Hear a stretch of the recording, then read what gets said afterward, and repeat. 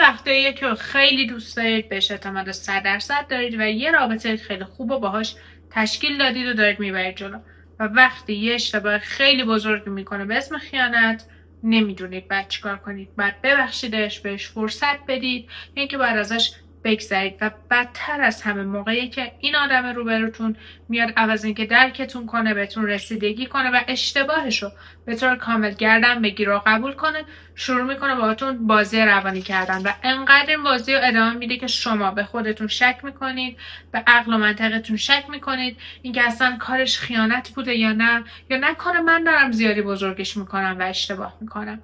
و اگه داری این ویدیو رو میبینی احتمالا تو هم یه جایی بین عشق و خیانت گیر کردی و این ویدیو دقیقاً مخصوص خودته. من سولنم و به دفترچه خاطرات من خوش اومدی.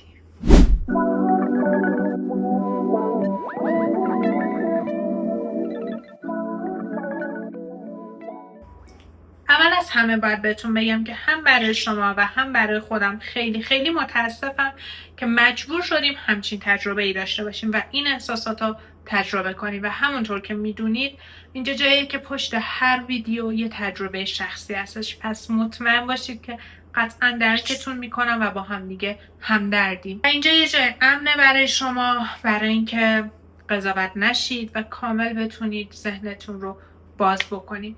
و قطعا وقتی به همون خیانت میشه اولین سوالایی که میاد تو ذهنمون بعد اون شوک اولیه اینه که چرا من؟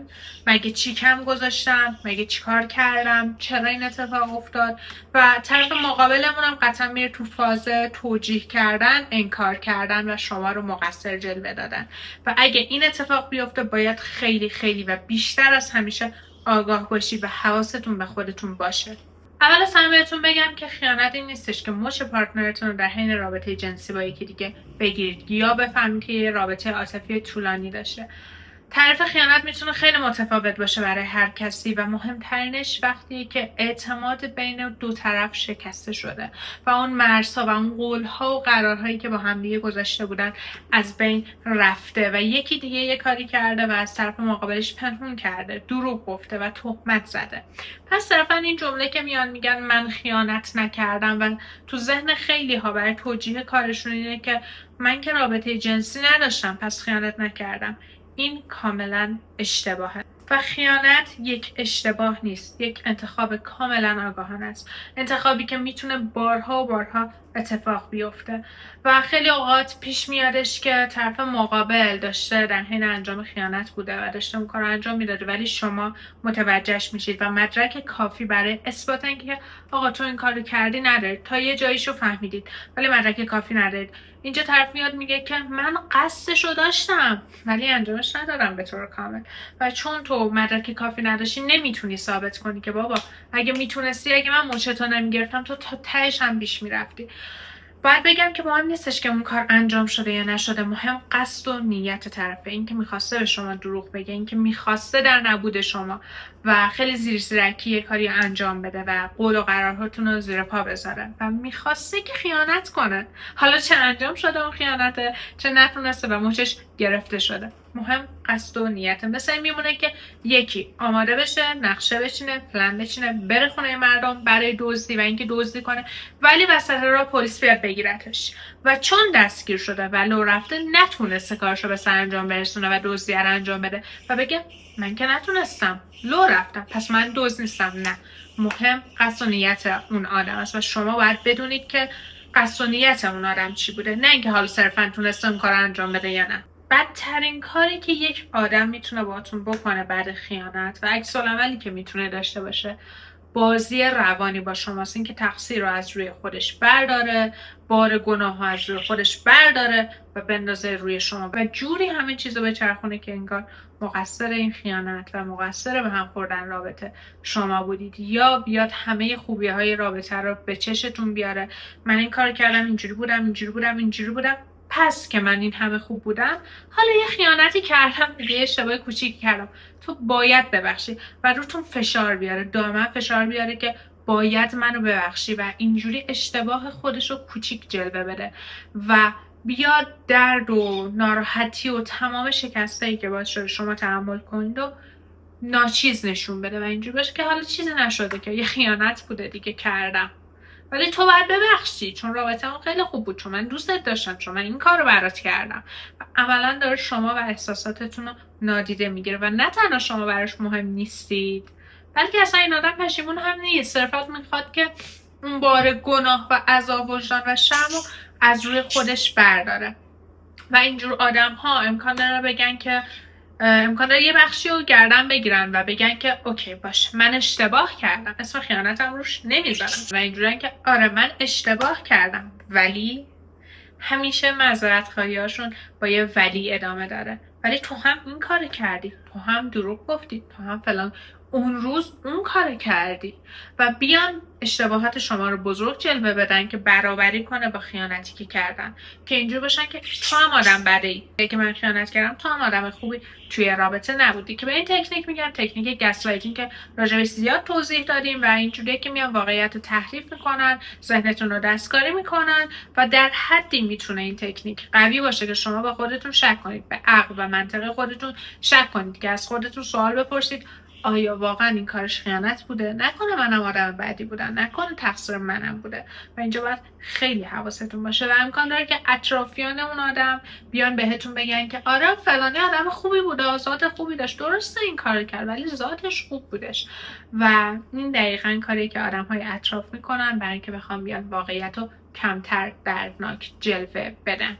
آره درسته، شاید پارتنر شما قاتل نباشه، شاید دوست نباشه، شاید آدمی نباشه که دائما بهتون آسیب میرسوند و آزارتون میداده، ولی ذات خوب یه رفتار بدو نمیتونه توجیه بکنه. آدمی که ذاتش خوبه ولی وسوسه میشه و میره سراغ پنهونکاری، میره سراغ خیانت و نمیتونه خودش رو کنترل کنه و جلوی خودش رو بگیره و دروغ میگه و تهمت میزنه و اصلا به فکر درست کردن شما نیست، شاید ذاتش خوب باشه ولی آمادگی بودن توی رابطه سالم رو اصلا و ابدا نداره. حالا سوالی که تو ذهن خیلی همون شاید پیش بیاد این که چیکار کنم، فرصت بدم یا ندم؟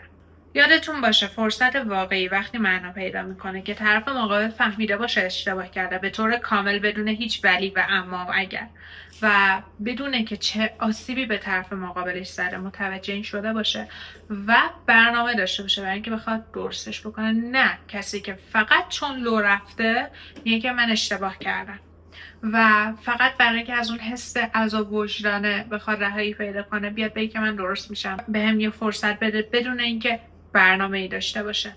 شما اگه خواستید میتونید یه فرصت بدید، نه از روی فشار اطرافیان، نه از روی فشار خودش، نه به خاطر گریه هاش یا دل سوختن، نه ترس از تنهایی، بلکه به خاطر اینکه ببینید اون آدم نه فقط با حرف بلکه با عمل داره بهتون نشون میده که پشیمونه و میخواد تغییر کنه و تو سکوت داره تغییر میکنه و تو یه سری کارها داره میکنه که به صورت عملی میبینید، مثلا میره پیش تراپیست و بهتون فشار نمیاره و درک داره از اینکه آقا طرف مقابل من آسیب دیده، نیاز به فضا داره و با احترام این فضا رو بهتون میده و هیچ زوری نمیکنه که منو ببخش، منو ببخش، منو ببخش. اجازه میده شما فضا رو داشته باشید، یه ذره حالتون بهتر بشه، بعد ازتون خواهش میکنه که بیایید راجبش صحبت بکنیم. این هم تصمیمش با خودتونم. من شخصا هیچ وقت با خیانتکار شانس دوباره نمیدم، چون به نظرم اگه یکی این کار رو تکرار کنه دفعه بعد میتونه باهوش‌تر باشه و بهتر پنهون بکنه که من متوجه نشم. ولی اگر میخوای فرصت بدید به این نکته حواستون باشه که کجا الکی داره گریه‌زاری میکنه، داستان سرایی میکنه در مورد اینکه پشیمونه بدون اینکه واقعا کاری انجام بده و صرفا دنبال جلب توجه شماست، و کجاها واقعا داره یه اکتی میره که آدم یه ذره امیدوار میشه این آدم درک داره و واقعا اشتباه کرده. رفتار کلاسیک مردایی که نمیخوان و نمیدونن چجوری تغییر بکنن اینه که بهتون یه قول مبهم میدن، اینکه اصلا نمیدونن زمان تغییرشون کیه، چجوری میخوان تغییر کنن، فقط میگن من تغییر میکنم، من همه چی رو درست میکنم، بدون اینکه برنامه‌ای داشته باشن، بدون اینکه بهتون تایم بده، جزئیات بده و بگه که اصلا پلنم چیه برای اینکه بخوام همه چیز رو درست بکنم. حواستون خیلی باید باشه که اگه شما فرصت دوباره بدید دفعه بعد آسیب جدی تری میبینید، چون این سری با چشم باز رفتید تو رابطه و خودتون این اجازه رو دادید و دردش قطعا براتون شدیدتر از دفعه اول خواهد بود. و یه نکته مهم دیگه اینکه اینجور آدم ها سعی میکنن شما رو سوق بدن به سمت بزرگمنشانه رفتار کردن. این که تو بزرگی، ببخش منو، میدونم دلت بزرگه، شاید در ظاهر حرفای قشنگی باشه ولی در باطن دارن مسئولیت درست کردن رابطه و بازسازی اون اعتماد رو میندازن روی دوششون. منم مثل خیلی از شما دلم میخواستش که برم فریاد بزنم، بهش بفهمونم که داری اشتباه میکنی، که من آدم خوبه بودم، اونی که خراب کرد تو بودی و خودم بخوام ثابت بکنم و دلم میخواد ثابت کنم که چقدر شکستم، چقدر آسیب دیدم و شاید ته دلم دنبال یه راهی بودم که اون آدم بیاد درست کنه. ولی یادتون باشه اینجور آدم ها هیچ وقت دنبال این نیستن که حال شما رو خوب کنن، فقط دنبال اینن که از اون بار گناه خودشون کم بکنن و بخوان از زیرش در برن. یه نکته مهم دیگه که باید خیلی حواستون باشه و هی به خودتون یادآوری کنید، اینکه شما هر چقدر خوب باشید، شما بهترین هم باشید، کسی که خیانتکار خیانتش رو انجام میده و به خاطر ضعف شخصیتی و کمبود خیلی چیزها درون خودشه، هیچ ربطی به شما نداره. شما کاملا بی تقصیرید و حتی اگه خیلی کارها رو هم انجام میدادید، اون آدم باز هم اون کار رو تکرار میکرد. پس خودتون رو به هیچ وجه سرزنش نکنید و خودخوری نکنید، انقدر با خودتون فکر و خیال نکنید و اگه نگید. اگه اون آدم نتونسته تا الان با خودش کنار بیاد، یه سری از مسائل حل کنه و حفره‌های درونیش رو پر کنه، باز هم به هیچ چیز قانع نمیشه. بهترین واکنش نداشتنه. چرا؟ چون آدمی که بخواد از اشتباهش درس بگیره، توی سکوت شما این کار رو انجام میده. میدونم احساس خفگی میکنید، دوست دارید از خودتون دفاع کنید، خودتون رو اثبات کنید و بهش خیلی چیزا رو بفهمونید، خیلی حرفا بزنید، حالش رو بگیرید حتی. ولی توجه دادن به همچین آدمی مثل اکسیژن دادن به آتیشیه که داره خاموش میشه و با این اکسیژن دادن شما دارید اون آتیش رو بیشتر و بیشتر میکنید و اون توجه رو که اون آدم دنبالشه میخواید. حتی اگه واکنش بد بدید، به بهترین شکل ممکن بخواید جوابش رو بدید که خوردش کنید، باز هم اون چیزی که اون آدم میخواد رو بهش میدید. توجه میتونه حتی بحث و دعوا باشه، برای اون آدم هیچ فرقی نداره.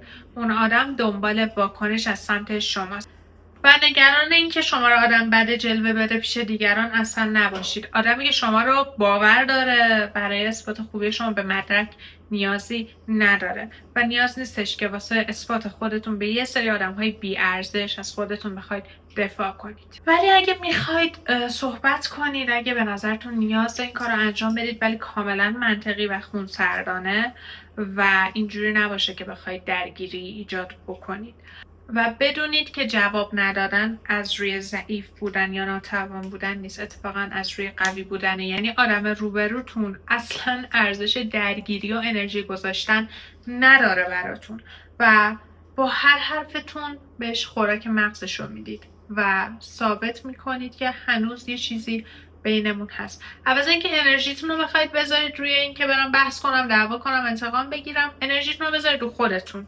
انرژی رو برگردونید به خودتون، برید دنبال آینده که همیشه آرزوشو داشتید، کارایی بکنید که حالتون رو خوب میکنه و توجهتون رو کاملا بیارید روی خودتون. ورزش کنید، مدیتیشن کنید، به پوستتون برسید، نقاشی بکشید، کارهای کوچولو. الان که سینگل شدید واقعا وقت خیلی زیادی دارید برای انجام یه سری کارها که تو رابطه نمیتونستید انجام بدید. از این زمان و از این فرصت استفاده کنید. اگه احساس خفگی رو دارید، نیاز دارید که صحبت کنید، به جای اینکه تکست بفرستید برای خودتون بنویسید. میتونید توی نوت گوشیتون باشه، توی دفترچه خاطراتتون باشه.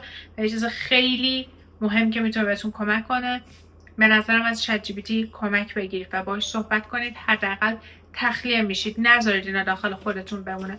درست قوی هستید ولی درد رو انکار نکنید. سعی کنید که خودتون رو درک کنید، به خودتون زمان بدید. زمان همه چیز رو حل میکنه. به خودتون سخت نگیرید. اگه ناراحتید گریه کنید. احساس میکنید که نمیتونه از تختتون پاشید، یه روز کامل استراحت کنید و به حرف بدنتون تو این زمانها گوش بدید و نادیده اصلا نگیریدش. مهمترین نکته یادتون باشه، کسی که شکستتون نمیتونه درمانتون بکنه. تنها کسی که میتونه حالتون رو خوب بکنه فقط و فقط خودتونید. اگه دیدید اوضاع خیلی وخیمه و کلا پیشنهاد من همیشه اینه که حتما از تراپیست کمک بگیرید. این روند رو براتون خیلی آسان‌تر و خیلی سریع‌تر میکنه.